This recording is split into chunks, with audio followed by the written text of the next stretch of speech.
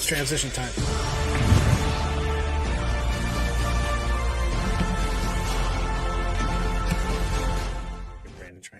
Get Brandon trying to call me after I go live. He knows I'm live. He's in the chat. He's dead to me now. I am Mr. Brad Chester, the tallest man in 40K. And I am Mr. Horton, the skinniest man in 40K. And I am Kyle Treya, the more handsome side of the Lyle duo. The Kalile. The Kalile duo. I have now decided that I'm going to make both of you a group chat from now on because I accidentally messaged the other person when I'm trying to do it. So I'm just going to keep you together as the Kalile forever. It works. Seems reasonable. All right, this background's ticking me off. Imagine Brad doing that unless he's drunk. I also have to find my phone half the time. I am the opposite of others on this.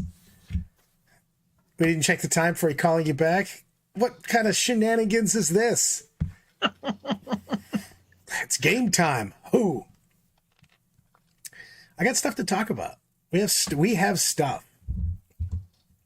I'm also going to have a newly set up thumbnails all the time because I found this guy. He was living on the streets, and I said, I'll give you a cup of soup if you help with some things. And now I'm going to have the ability to go live more often. And it won't look like I'm just using the same thing all the time because I'm about to do 10th edition stuff every day.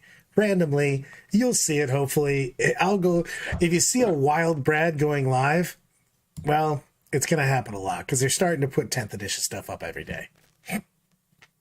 So now the idea is that this glow up is happening with all of your thumbnails as soon as I can get some access to some drives and some cool assets, and I'll build anything that we need. Yeah, man, you already got that.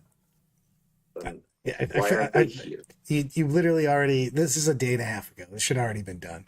I mic drop that. I'm out of here. Eeny weeny clammy beanies. I need to know about eeny weeny clammy beanies. I don't even remember where eeny weeny clammy beanies came from, but it's something that Lyle was whispering to me when I was trying to sleep in his house, and it was upsetting. But he loves it, so I love it because anything that he loves, I love. Did everyone that went to the Berg end up sick? It's tough for me on that because I'm literally almost always sick after a thing because I have one white blood cell that runs around like Sly Marbo in my body and tries to fight off everything. So, I mean, yes, but yeah, always. So, it's tough on that one.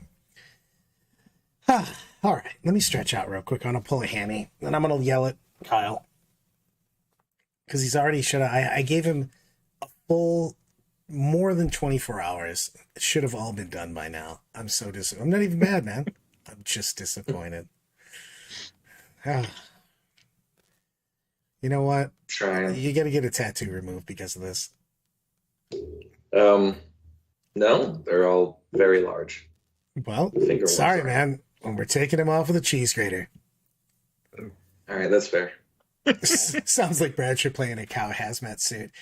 As funny as that would be, I'm just now imagining how unbelievably fucking hot I would be in a cow hazmat suit. Like he actually drowned in the hazmat suit from sweating and filling it up. So Brad, this is where I'm just gonna pull up the constant. I'm gonna pull this out all the time. Going, these have a use again. Because you're laying pipe. I'm laying pipe on it. Oh, shots fired to Lyle. Kyle is the best part of the Kalile. I don't know. There's like AdMech terrain that may be useful again.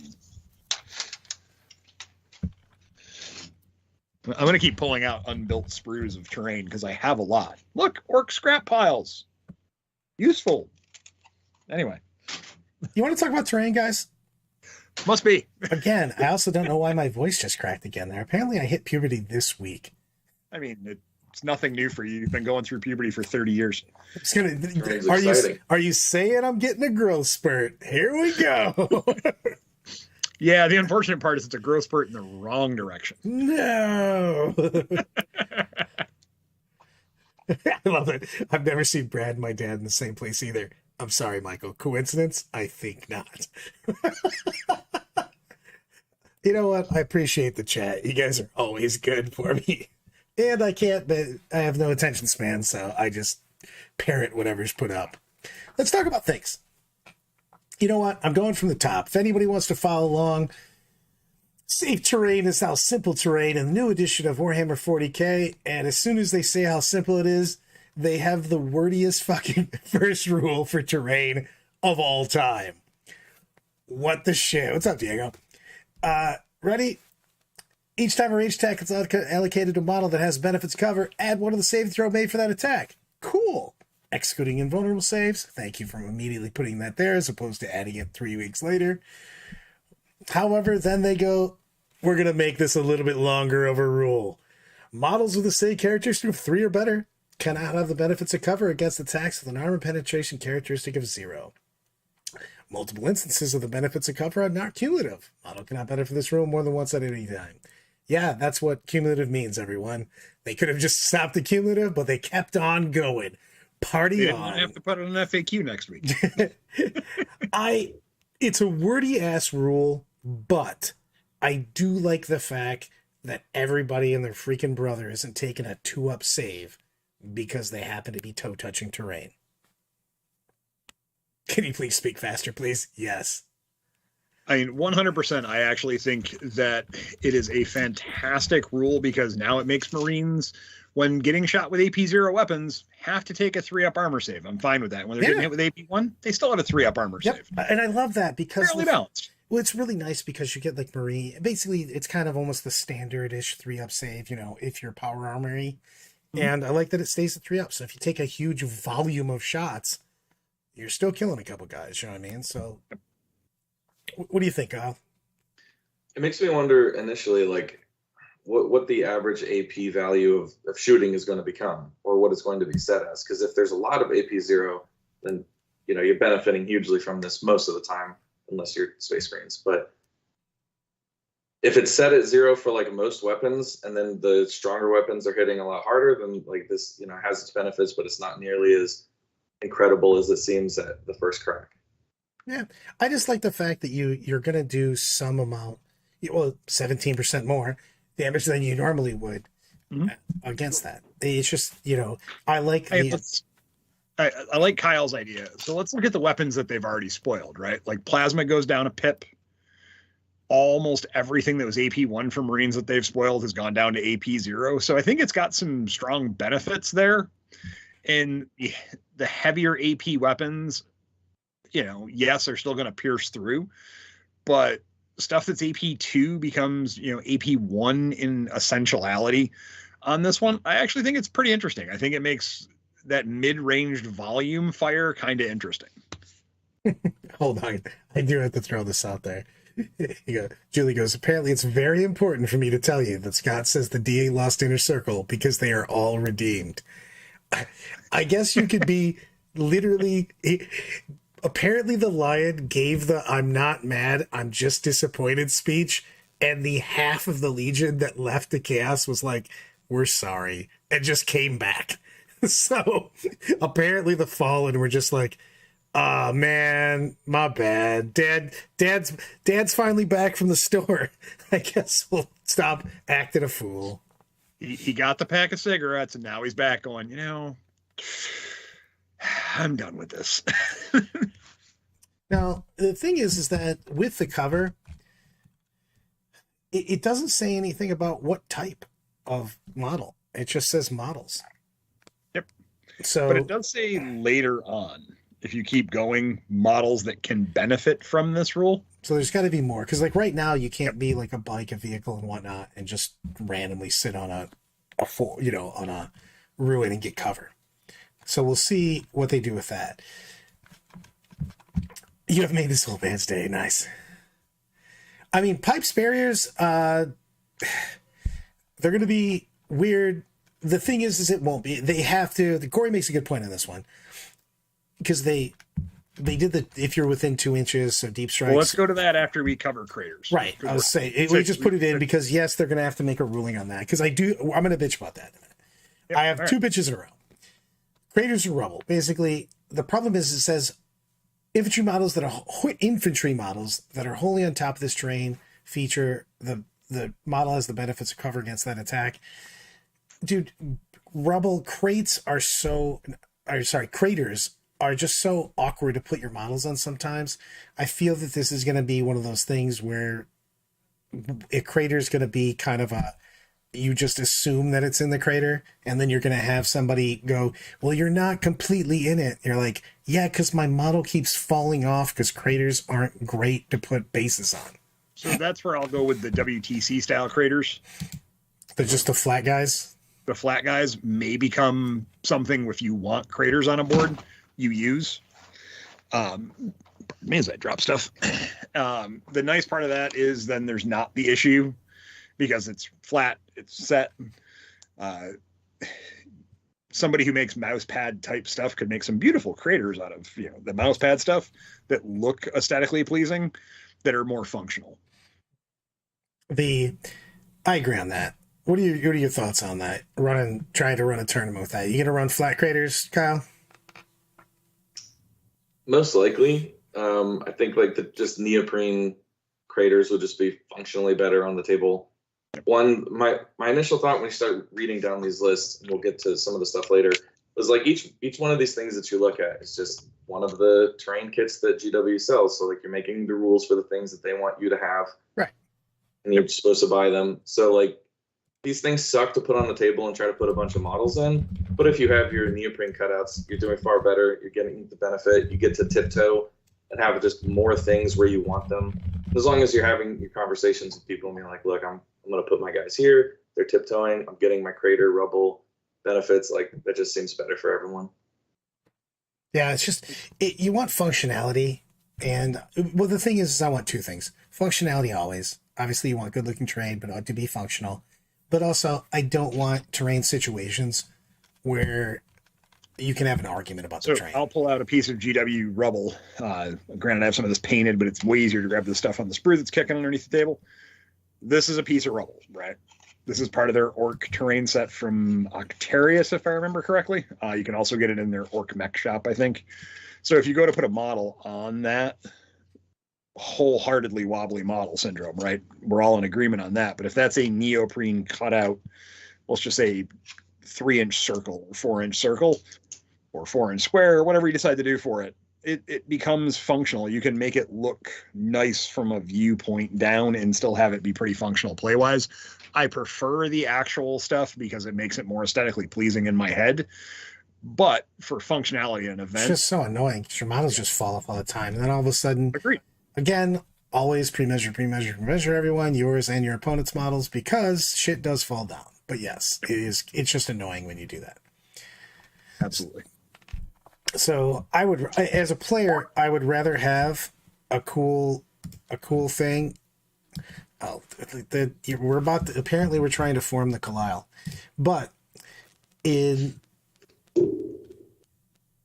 it, we have to go with the playability. Is playability more important than prettiness?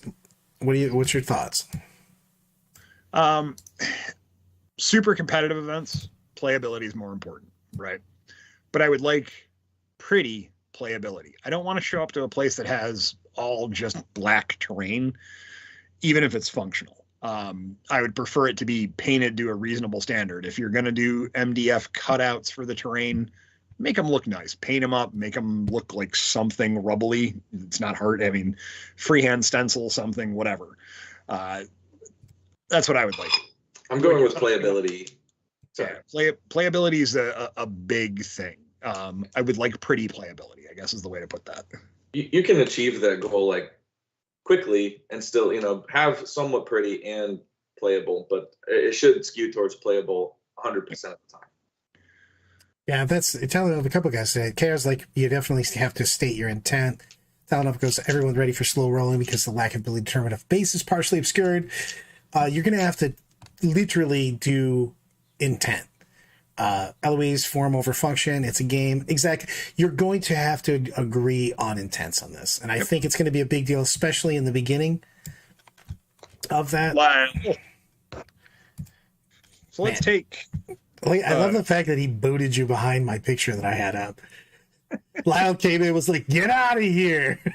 Yeah. Well, Brad, I need you to know something. I'm not mad. I'm just disappointed in you.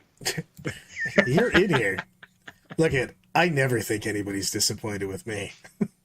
So let's look at like a functionality rune, right? So I'm just going to use a Motor City Mayhem objective marker from last year, right? Good product placement, Brian. Good product placement. I'm all about product placement, clearly.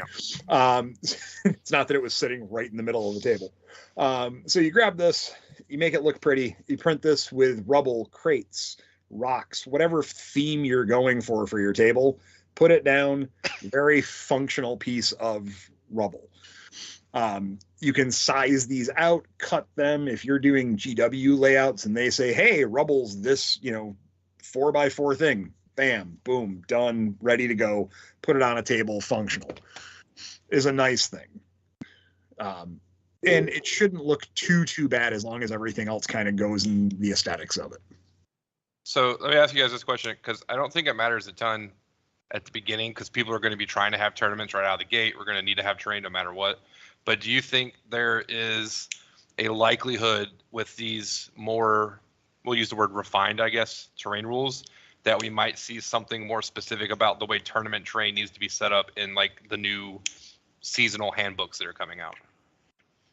I think from a player, I'll give the TO aspect from Brian here, but like as a player, I think that we're going to have to immediately put, and I think we should be doing this now more than we do, we're going to have to put cards down because it's new rules.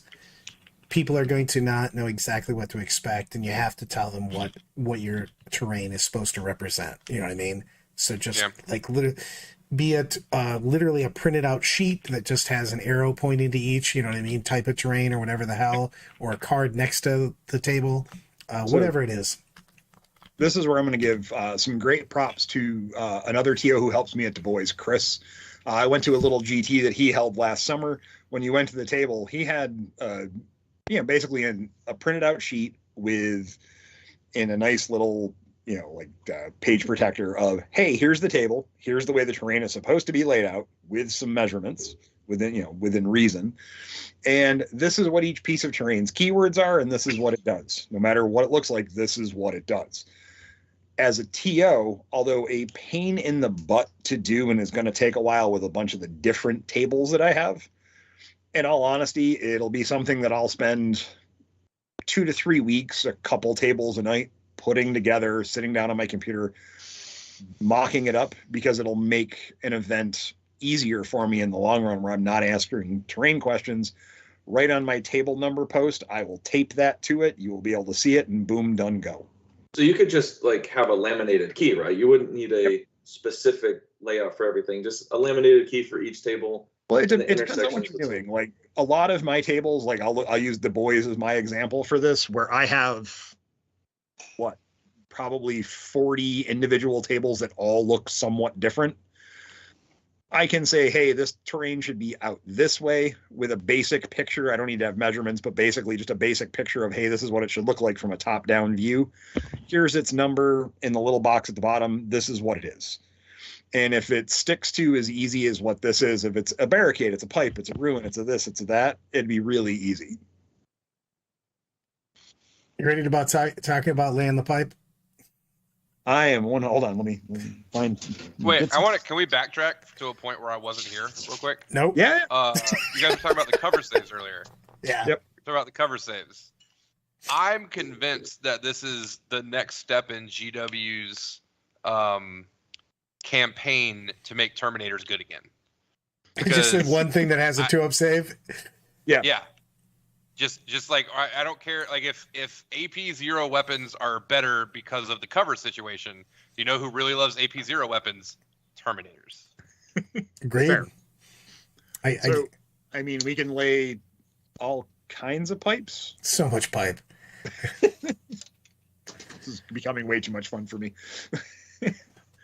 So I can't barricade pipe rules. Brad, why don't you read that down for us? See, I'm going to go from the bottom first because it's super easy. Basically, if you're within 3 inches of a barricade, as of exactly like right now, you get the benefits of cover. Infantry, sorry. It's the same right now. Infantry gets it. The problem is that we're going to have, I'm going to read the rule and then talk about how we already had an issue with this. This is why they took away and then just started using the WTC fac for charges. Barricades and fuel pipes. In the charge phase, if an enemy unit is within 1 inch of this terrain feature, a charging unit on the opposite side of the terrain feature can still make a charge move against the enemy unit, provided it ends that charge move as close as possible to this terrain feature and within 2 inches of that enemy unit. In the fight phase, units are eligible to fight, and models can make attacks if their target is on the opposite side of this terrain feature and within 2 inches of them. The problem is that they haven't clarified it so that, do I now make closer charges now that if I'm coming out of reserves, if I'm deep striking? Also, we had the problem of I can just fight you from one side of the pipe and then, pile in and not be fighting across the pipe. And so it stays slightly more than a 1 inch away from you. This is where I will hop in and cut you off. Have they said anything about the charge rules yet? True. I'll give you that. So we don't know currently if that's going to be a problem. We're assuming they're keeping the current charge rules, which everything so far else has changed in some form. So we got to assume there's going to be a minor change there. So we don't know if this is going to be an issue yet. I want to know, because I know Kyle, before he started playing 40K, he was into Age of Sigmar a lot. And at Age of Sigmar, they have a minimum, the minimum distance you have to stay away from enemy models is 3 inches, so that a double ones always fails a charge. I want to know if they're bringing that in, because that would really spice things up if you had failable charges at all times. I can see that. It's just, yes, we have to see more of the rules. It's just, I was really worried about that, because if you remember when they had that rule in effect for it was like 3 weeks.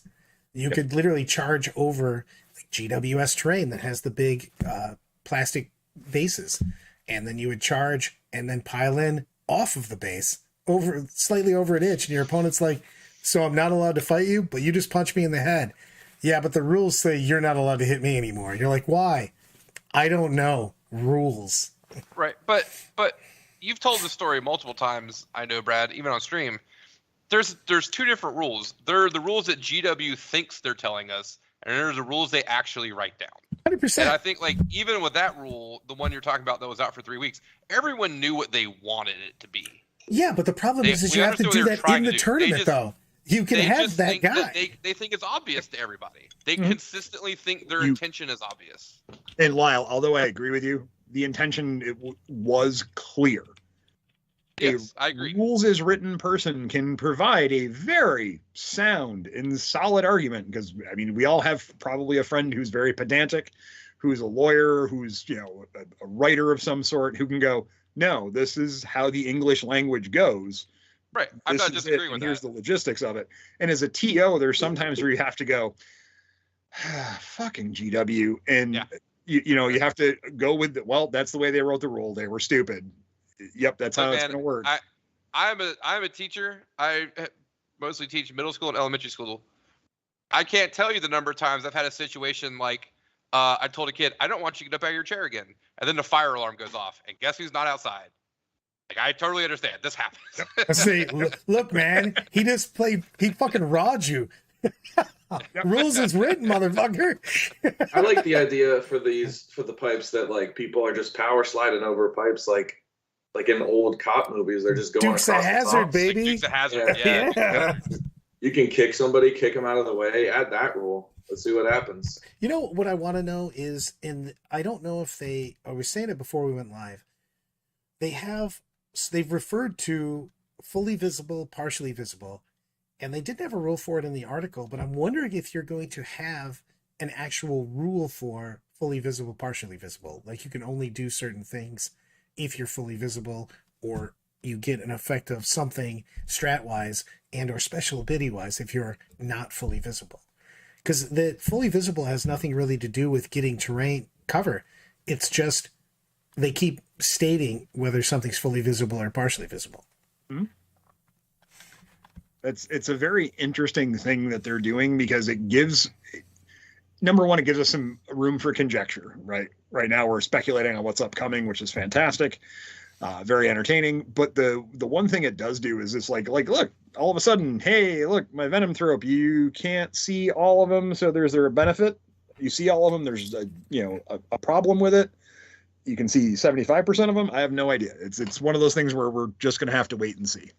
So do you think with these terrain rules, from a tournament perspective, do you think we're going to see TOs actually try to take advantage of the variety, the breadth of the terrain? Or do you think we're going to go back to like L's and forests? Because like we played L's and forests before. So, I mean, GW terrain is essentially U's and forests, right?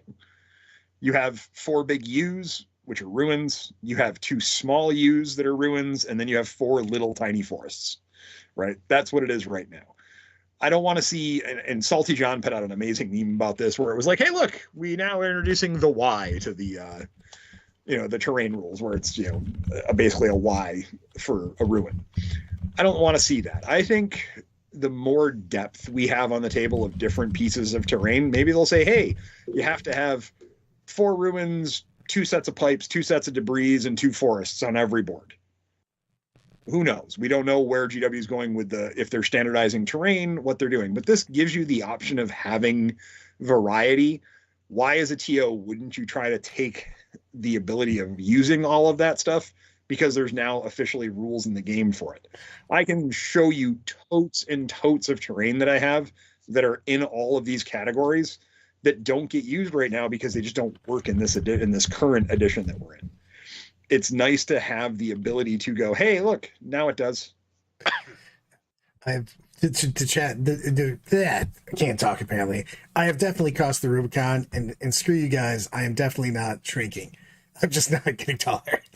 Oh, I don't know if you saw my comment earlier, Brad. Maggie wanted to know when you made that puberty comment that based on your height, she's not sure you ever hit it in the first place. Aw.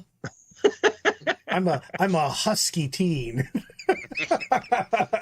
You'll grow into it, Brad. It's fine. I'm looking at the battlefield debris. I really hope that we have more rules here, that we have right now it's just, can I see you or can I not see you? Because I just don't care if you're in cover 90% of the time.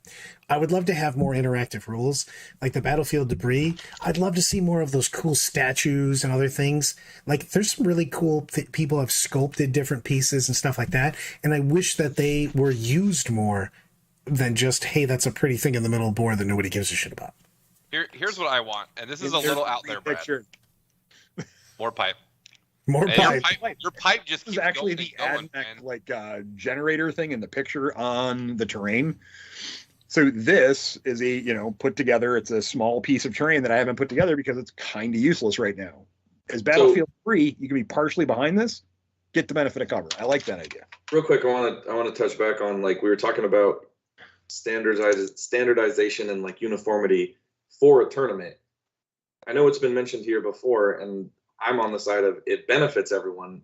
Now if like these terrain features and everything coming out and these new rules, is it going to benefit everyone to be on the same board setups forever, and then you remove the skill level of player placed terrain from the game and everyone has the same benefits? I kind of hate player placed terrain, and I'm really good at it, especially when you don't have everybody playing on uniform. It would be different if like we all were playing player placed terrain, and then not just some, but like, and we were all using the same set. Right. It's just like I get to tournaments, and you can have 2 players of equal skill, but one's used to playing player placed terrain and the other's not, and it's such a huge advantage. It also makes too big of a deal if we did it like Snakes does in Glass City here in Toledo, where you have a set piece in the middle. It would make a big deal, but right now that first roll for terrain a lot of times determines the game. If you're playing World Eaters versus Tau, whoever gets to put either a building in the middle or a crate in the middle, is it a huge advantage? I would rather see more set that turns with Dom at Fabricator Forge. I just played in that tournament last week, and he played like a modified GWS thing, and you could turn. It wasn't player placed, but you could basically rotate the terrain in your deployment zone so that it could face like however you want. I did that starting in Motor City last year. Yeah, and I like that quite a bit. It's just got to be player. If you're doing player place, it's got to be some sort of modified player place. I think you can just abuse player place a lot. Yep, and if you're doing player placed, and I'm not knocking a large company that runs player place things. If you're going to do player placed, all your player placed tables had better be the same to at least balance that. You know, they better be the exact same terrain off every board. The same 2 ruins, the same 2 hills, the same 2 forests, the same 2 debris, whatever you're doing, they should be the same. Because then there's not a, oh, well, I was on, you know, the table with the open factory piece. So, and I got stuck placing that and there's nothing that it does. And that was, it was a complaint heard at an event, at a couple events. It'd be nice if they were all the same if you're doing player placed. I, again, am not a huge fan of player placed. Snig's version of it, which is a modified version from Canada, I like fantastic. It's really well thought out to where that centerpiece has some bearing, and winning the roll doesn't win you the game in some instances. But I think set tables and here's your rules for that table is the way to go. I like that. I want to back up real quick to the terrain rules we were talking about. Back it up. Because I have what I want to add, because I don't know that it's likely, but I would really like to see it because it was funny, and I think it's fun to have some silly stuff in the game even at a competitive level. Do you guys remember the old dangerous terrain rules? From I love dangerous terrain. Roll that 1, get immobilized, Joe. Yeah. Or die. What I want to see is not that brought back the way it was, where it just affected everything, but I would like to see something like some weird, in my head, it's like a combination of dangerous terrain, tank shock, and death or glory. I want to be able to drive my tank through a wall and knock it down on people. If we're making cool terrain, I want my vehicles, which this appears to be, they're trying to go in a vehicle heavy direction with some of the changes they've announced. I would like my vehicles to try to ram terrain and affect the battlefield. I feel like that would be super cool. I agree with Matt on this, though. The mission system is going to be the biggest thing, but we'll see. Yep. With terrain, 100% on that, Lyle. I don't know about moving terrain, though, because that's a TO's worst nightmare, is you fucking with the terrain all the time, which is why when we have the psychic part. If I could drive into a GW ruin and just I hit it, maybe if I roll a certain number, my tank can go through the wall if there's space, and then everyone in that ruin rolls a dice, and on a 6 they take a mortal or something like that. We're knocking the walls down or the ceiling down. Just a way to interact with the terrain with vehicles, because I feel like if we're going to make terrain matter, let's let the giant we have literal titans that kick walls down. Let's let them kick a wall down. I feel like that'd be cool. It would, but it's still horrible for the team. Still haven't seen, as we go down this and we go past battlefield debris, which we kind of just covered, and you start seeing other rules that we don't know about yet come into effect. So hills and sealed structures is pretty straightforward. All right, that's the next thing on the thing. Well, I like it though, because there's a couple small rules at the top though. The bullet point picture, but up at top, it makes a big deal because they say that you can get on these things because they're sealed, which means that you can't go inside, so you can't go in the magic box and just tell the shooting player that I can stay inside here and you can't shoot me.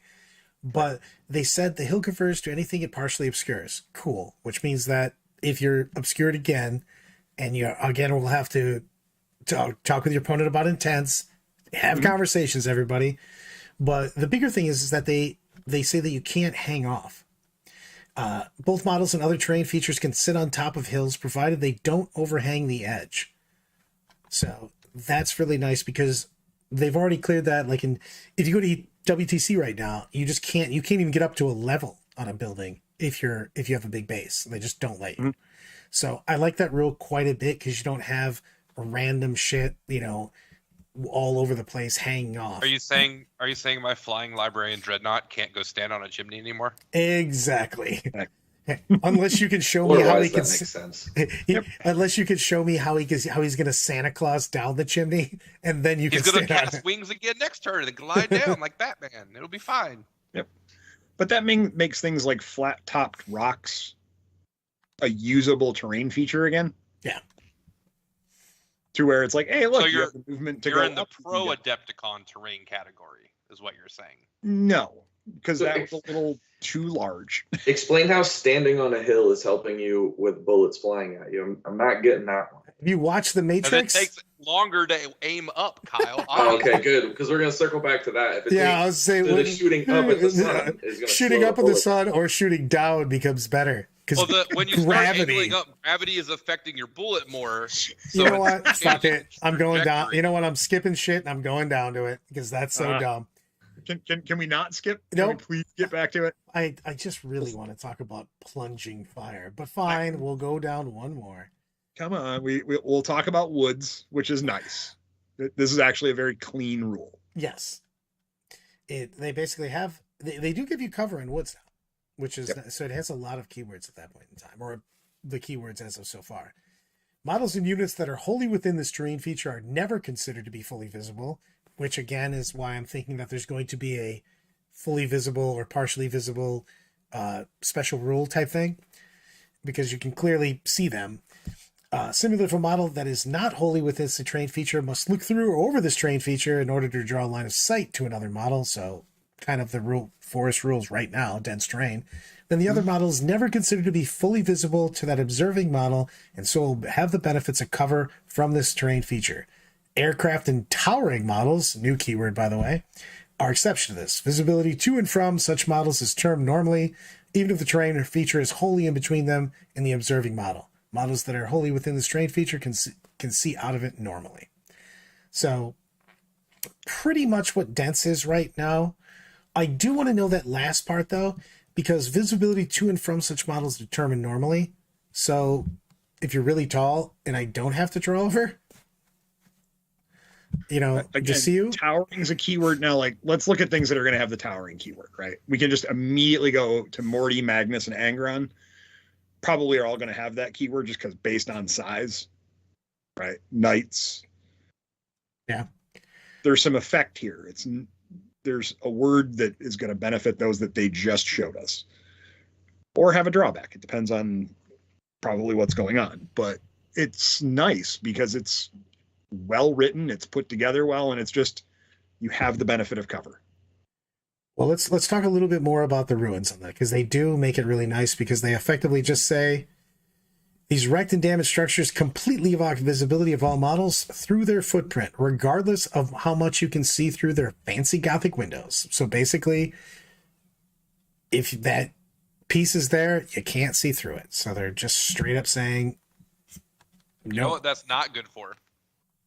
ATC. Because I don't know if you remember what happened to Kramer last year, Brad. Well, they had some jackboards, but you just have to make yourself have more modern terrain, and that is we've talked about that a lot, and we'll probably talk about it more, and to be perfectly honest with you. So, you know what? We're at Plunging Fire, and I'm reading this because this might be the dumbest thing I've written in a while. Each time a model that is wholly within this terrain feature on ruins makes a ranged attack, if that model is 6 inches or more vertically from ground level, and every model in the target unit is ground level, improve the AP characteristics of that attack by 1, because everybody knows shooting down hurts more. So what you're telling me is Bob Ross behind me can shoot down at me and get +1 AP because he's 5 inches above me? Or 6 inches above me? He's got to be 6 inches. Hold on. Let's not make fun of this, because there's fluff-wise it makes sense. You're way more exposed to someone above you. I can get then just say harder, make it fucking say they're exposed. Don't do Plunging Fire. They make it sound like you're just shooting. You're mad at the name, not the rule. Yeah, if you're literally say it's exposed because you're up in a good point that you can shoot, and they can't take cover from you, that's fine. The way they say it, you're just like, hey man, gravity made my bullet go just slightly faster, so it's a little more powerful, right? It's just how it works. I mean, we got advanced bullets 40,000 years in the future. You shoot down, it's faster. It makes sense to me. Plus, Brad, these bullets that the Marines are shooting are actually missiles, right? So everyone knows that a rocket-propelled missile goes faster when you propel it down. I mean, 9.8 meters per second squared. Let's just do it, man. Let it fall. They don't even shoot them. They just drop them from the ruin. Here's what I want to point out that I think is hilarious that I've not really thought about before until I started thinking about some of the stuff today. Don't you think it's interesting that every single planet in the Imperium has the exact same gravity? They all have the exact same gravity. Well, all the bullets move the same speed on every table. Because orcs don't understand gravity. Oh god, that's crazy. They're making it true everywhere. Orcs need gravity to be the same. I'm going to give one of the top comments of the day. So if Horton is shooting at Brad, he does more damage. I mean, I think we all know that the GW community likes to. Nope, I'm not going to say that. I was going to say something completely different. We'll say that GW likes to plunge down on Brad with regularity. Oh. Dang. But I do like the benefit of each time a ranged attack is allocated to a model, if that model is either wholly within the terrain feature or it is not fully visible to every model in an attacking unit. Because of this terrain feature, the model has the benefits of cover, and says basically fully visible to every model, which is kind of a big deal because if I just put one guy behind the wall, I can just put the rest of the unit in front. So that's a big deal because you can just have Tim straight back behind the wall. The entire unit gets the benefits of cover. Not true. Each time a ranged attack is allocated to a model, if that model is wholly within the terrain feature or is not fully visible. I'm used to unit on that. You're right on that. I've been wrong. I'll be wrong again. Yeah. So, now is that when I'm looking at that, every model in the attacking unit. So if you have one Timmy hanging behind a wall and you're shooting at guys, you're hurting yourself by giving them cover. Yeah, that's weird though, because if it's going to be on a model by model, do we have to do our attacks one at a time? That does sound like it's no, because it specifically says the unit. So you're still going to be batch rolling everything. The way this reads to me is the pedantic TO. But the way this reads to me is, thank you. You got it. You got your unit, right? And you got 4 guys, but you can see this one, right? And you're shooting from here, and you can't see every model clearly in the unit. He's getting the benefit of cover, right? Because everybody can't draw a line of sight. So these 3 guys behind a wall, and you're trying to shoot guys over here. These 3 guys can't draw a line of sight here. Yeah, they did say this it's model by model. gives you the benefit of cover. Yeah. At least that's the way it looks. So we'll see. Otherwise, you're going to see. You guys are worried way too much about when you can shoot something and when you can't shoot something, or when it gets covered. Not just dump enough bullets in, it's going to die. No one gives a shit. Just go kill it. Just run around the corner and shoot it. It's fine. Demons don't shoot, Lyle. See, you're only thinking about your side. I like that. I didn't shoot in our game today, Kyle, so it's fine. Well, we can go around the corner either way. You cheated. So I want to talk about the verticality. By Tyranid models at the moment, and none of them have guns. And I'm I want to talk a little bit about the verticality in design with these intentional choices to like move people up, right? So a lot of games have benefited from moving up in their vertical approach for like a tactical advantage. You're going to lose your ability to gain cover by moving up, but I wonder if there's going to be anything that comes from being vertical, because like you don't want to be up there just to shoot down. There's no point in that, really. Does anyone else think it would have just been easier to just say that if you're 6 inches above, you gain ignore cover on things that triggers against? 1,000%, but it's GW, so we have to make weird, lengthy rules. It's like listening to a Brad story. I make any short story long. That's because you're short. True story. Like there's verticality can be fun. Like what is it? Infinity takes like they make it like a huge part of the game, up, down, sideways, all of it. Like that's a really integral part of the game is your height in relation to your targets. I just don't. I'll hold my I guess I'll reserve judgment until I see it executed well. How much is it going to matter? I just want to know, are they going to let me start doing trigonometry to get my Blood Angels to hit like 7 to 8 inch charges again? Because that's what I'm really looking for, is landing up high. You're the problem already. They've been pretty clear on a couple of the rules that they have talked about so far, where they've started saying vertical and horizontal. You know, they've not talked about angle. It is vertical and horizontal. It doesn't seem like they're going to let you trigonometry. Yeah, I think that agreed on that. I think that they learned their lesson on that. They shouldn't. It's better when they don't, for sure. Yep. Yeah. Can we talk about firing deck? If we're going to talk about, we talk about terrain. The article right before that was transports. Yes. Firing deck is the old people in 40K. All transports used to have X amount fire points, and they have X amount of fire points. Now you have firing deck X, like looks like a Rhino has firing deck 2, which is a big deal because you can have heavy weapons just shooting out, just cruising around. However, I do want to talk about the old Big Mech. I guess he's the Mechaniac now, but the fact that the freaking Battle Wagon has a firing deck 22. 22. And guess what? The 22 shooters shooting out of a tank. Well, it goes with the everybody firing out of the firing point fires like they are the vehicle now. So all the benefits of the vehicle apply to everybody that's firing out. Like the Mechaniac adds +1 to the hit roll. So he adds +1 to hit roll of everybody inside. That's a big deal, actually. Huge You deal. know what I think is going to be? Like, I know they didn't spoil it, but on the same principle that you're talking about, I forget which one it is, but one of the Bane swords has can already carry 20 people now, and so I imagine it's going to carry more. Well, it just depends on what their firing deck is, though. Because it doesn't. A lot of these have big transport capability, but they said their firing deck isn't as big. Like I could fit.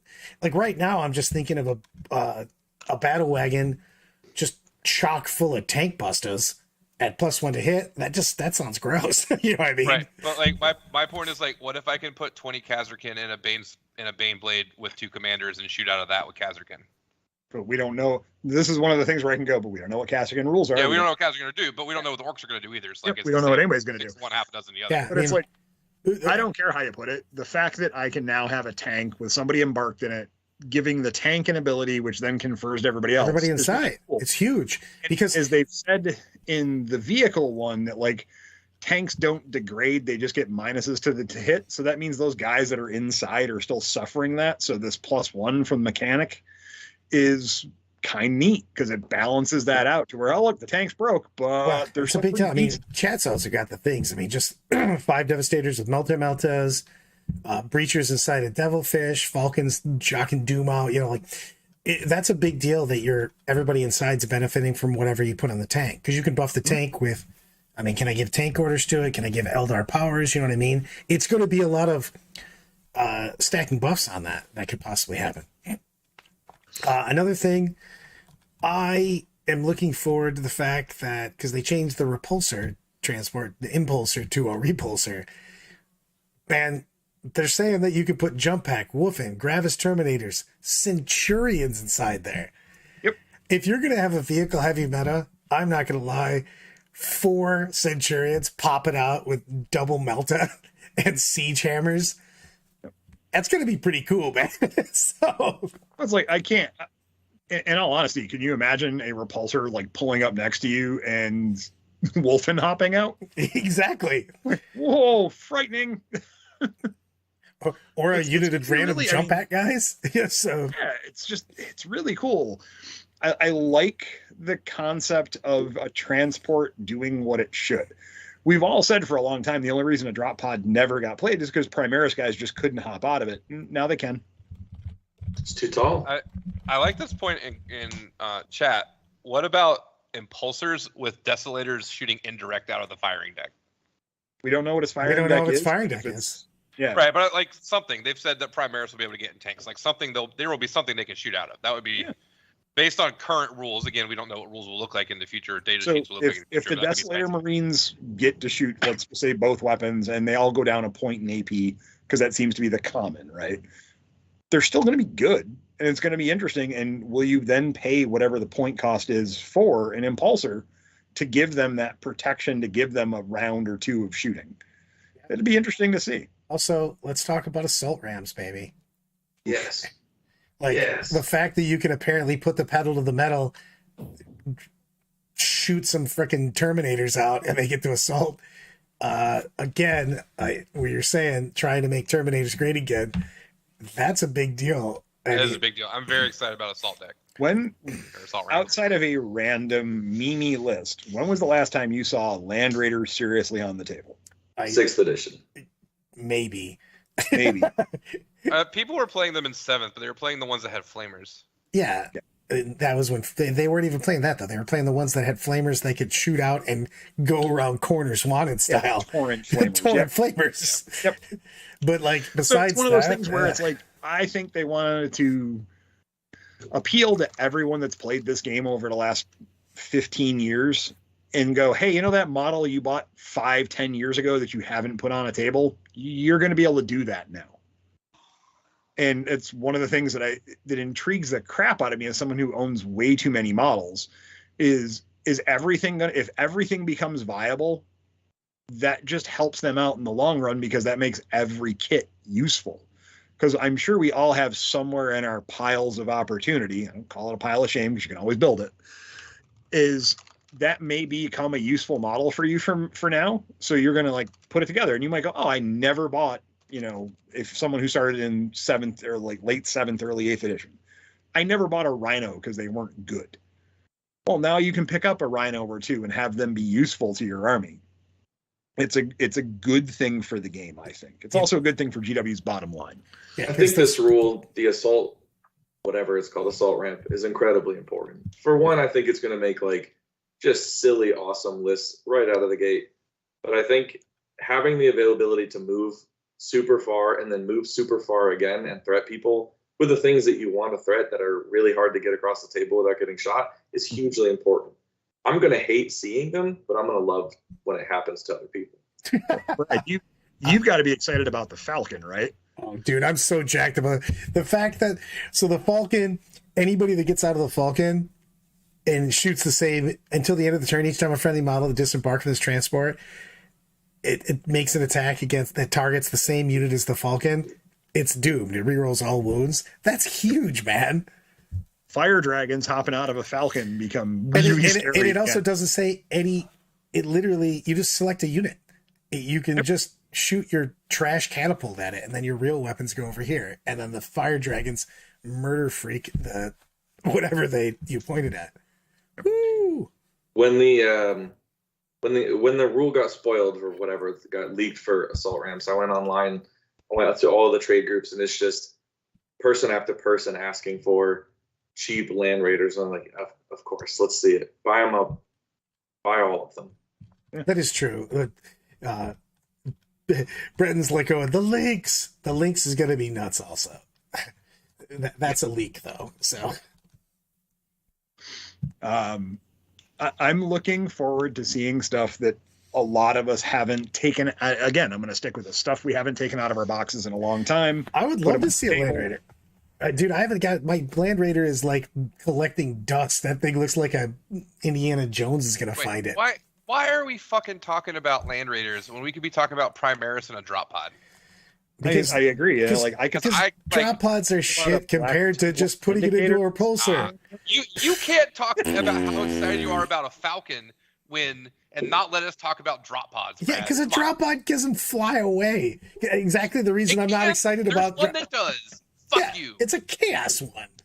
Dude, if you're dropping 10 hell blasters down right next to someone and going, hi. Yeah, I just get them out of the repulsor. Then 4 of them are dead because they're just going to kill themselves with their shots, and then it's not that scary.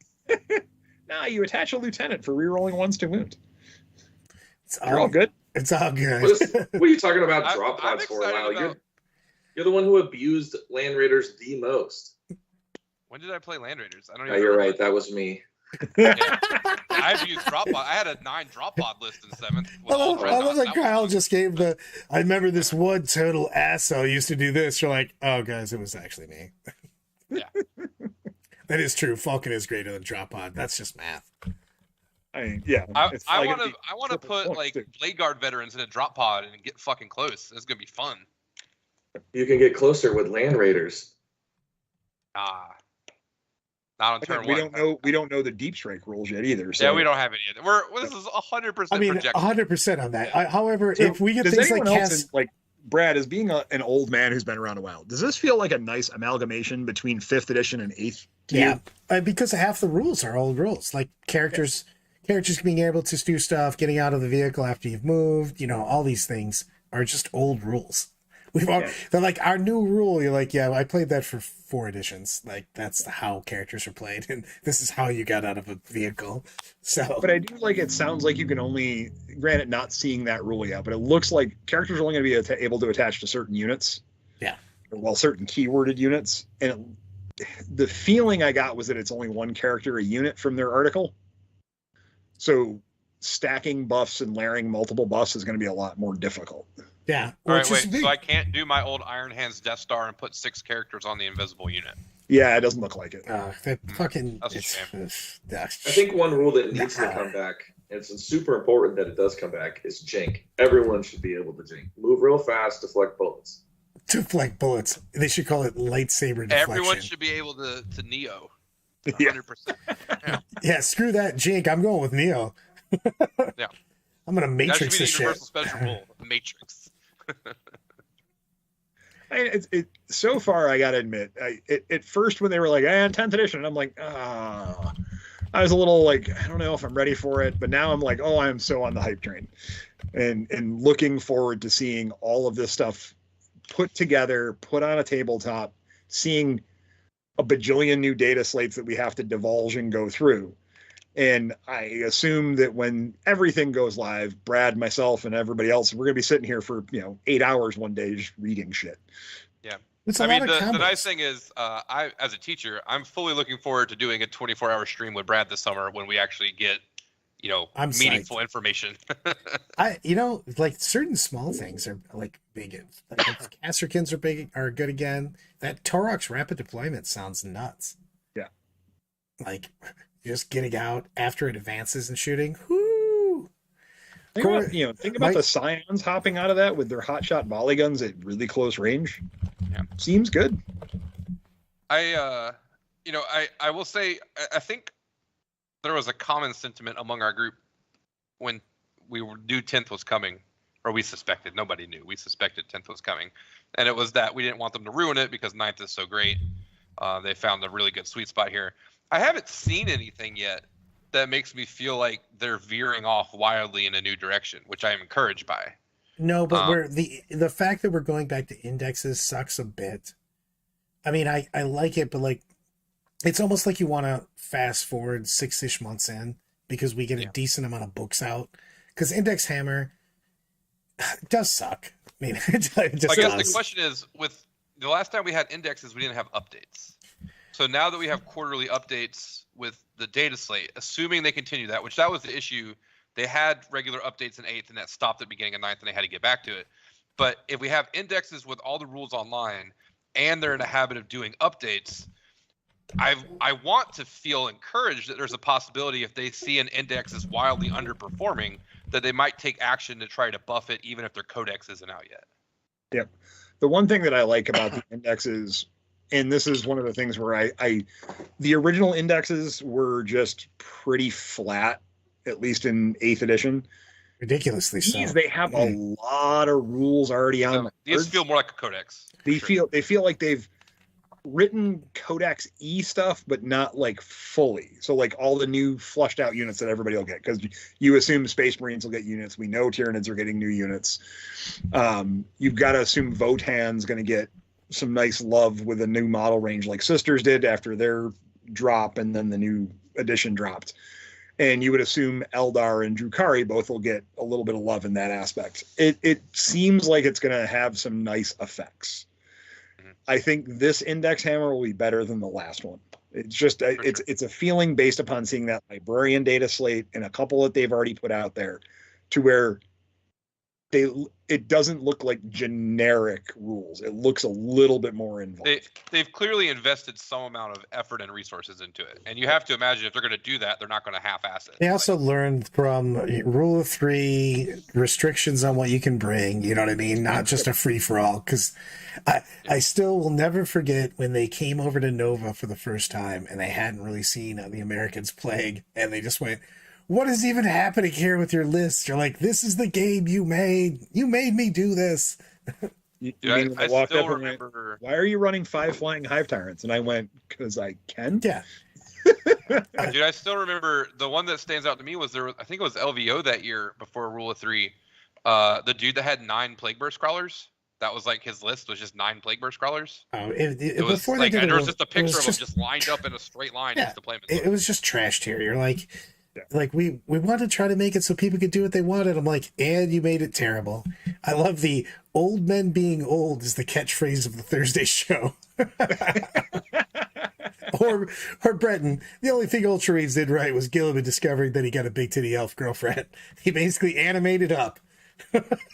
So with them using this platform to say like, okay, you get all your rules for free day one, you get updates for free. Do you think that they're going to try to keep everything based online as much as they can so that they can progressively fix things? So if what they've written is true, that their app will be new, updated version of app and functional, let's hope so. If the app is what the app is currently, where it's glitchy, there's problems, some rules aren't in there that are in the books. That would be problematic. You did see that what they stated on that. That was their advertisement. Yep. Everything's going to be updated in the app, and the app will work. Even they made fun of their shit. And then he looked directly into the camera. Seriously. Yeah. It's just, you're like, all right, guys, I was propping you up for an app for this entire time, and the first thing you gave out was a fucking box with a turd inside. Yeah. You know, the app is nice for some quick reference, but the current app, hopefully the new app is very much like the old AOS app, their Azir app that they had before. It was huge, great. My God, that thing was amazing. Yeah, with Battle Plan, where you could send your entire army with all your special rules. Yeah, it's cute. All right, we're going to go around the horn here, starting with Brian on the top right. Rep what you're doing. Tell us about things coming up, and we're moving around. All right, so what I'm doing right now is I am actually working on terrain for 10th edition. This spoil today made me pull out a whole lot of sprues that have been sitting in a box and going, hey, I need to update things. Yay, I'm going to be a little bit ahead of this. So I was very happy about that. So that's what I'm working on. The reason I'm working on it so much is I have the Salt City GT coming up in July, the 7th, 8th, and 9th, 7-round 10th edition tournament, 3 rounds on Saturday, 2 on Saturday, 2 on Sunday. Going to be a really good time. Come win these 6-pound title belts. So that's what I got going on. Am I on the bottom? You are on the bottom.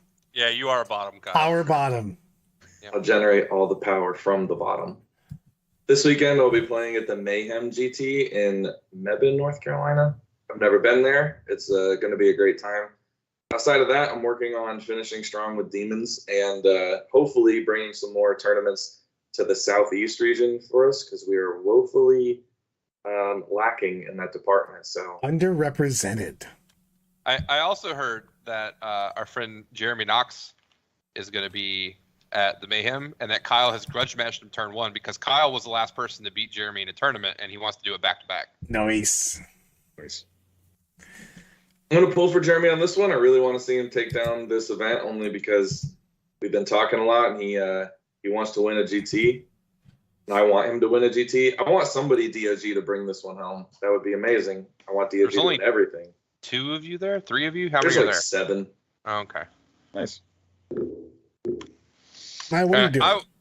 I was building. I got this fancy box of old 7th edition Blood Angels Terminators, like the ones that you can't get anymore. So I have been building these, trying to. Now that I'm done buying a house and moving in, I was like, I should probably get my list and stuff painted for MCM next month. And then I started to freak out about how I don't have time to build and paint my list. And then I was like, wait, I don't have to build or paint a list. Brad owes me a fucking army, and he promised to procure one for me for all these tournaments. So I don't have to do anything. I was going to build these guys for fun. And I told you I could always get something. I'm not above stealing someone else's army. So we've got Motor City Mayhem, May 26th to 28th, rocking it out. I will be rocking out this Sunday at 12 o'clock for the Patreons. I will be doing a Q&A session, so please put your questions in. I'm assuming that you put that up already, Lyle. If you haven't, do it now. Yeah, it's up. And we'll be doing stuff. Got a few in there. And we'll be putting out a bunch of videos tied into the Patreon. We'll be doing a whole bunch of new stuff. And we'll be doing a ton of stuff for 10th edition. Please like, subscribe, check out the Patreon, help us continue to make content, and me not living on the streets. All of the good things. In addition to that, if you do join the Patreon, which you could do for, I want to say, as little as, I think it might even be less than $5. We do have a weekly series called Friday Night Fights, where some of our coaches play requested lists against each other, and the audience is allowed to participate, ask questions, talk, hang out with the coaches while they're playing and streaming. We're bringing it tomorrow night with our updated winners from the data slate. We're going to have Broadsides versus Thick City. Ooh. So it should be a very interesting game between Brenton and Crawley. That's a sexy game. That is a sexy game. To everyone, I appreciate you guys hanging out with us. And till the next time, we are out.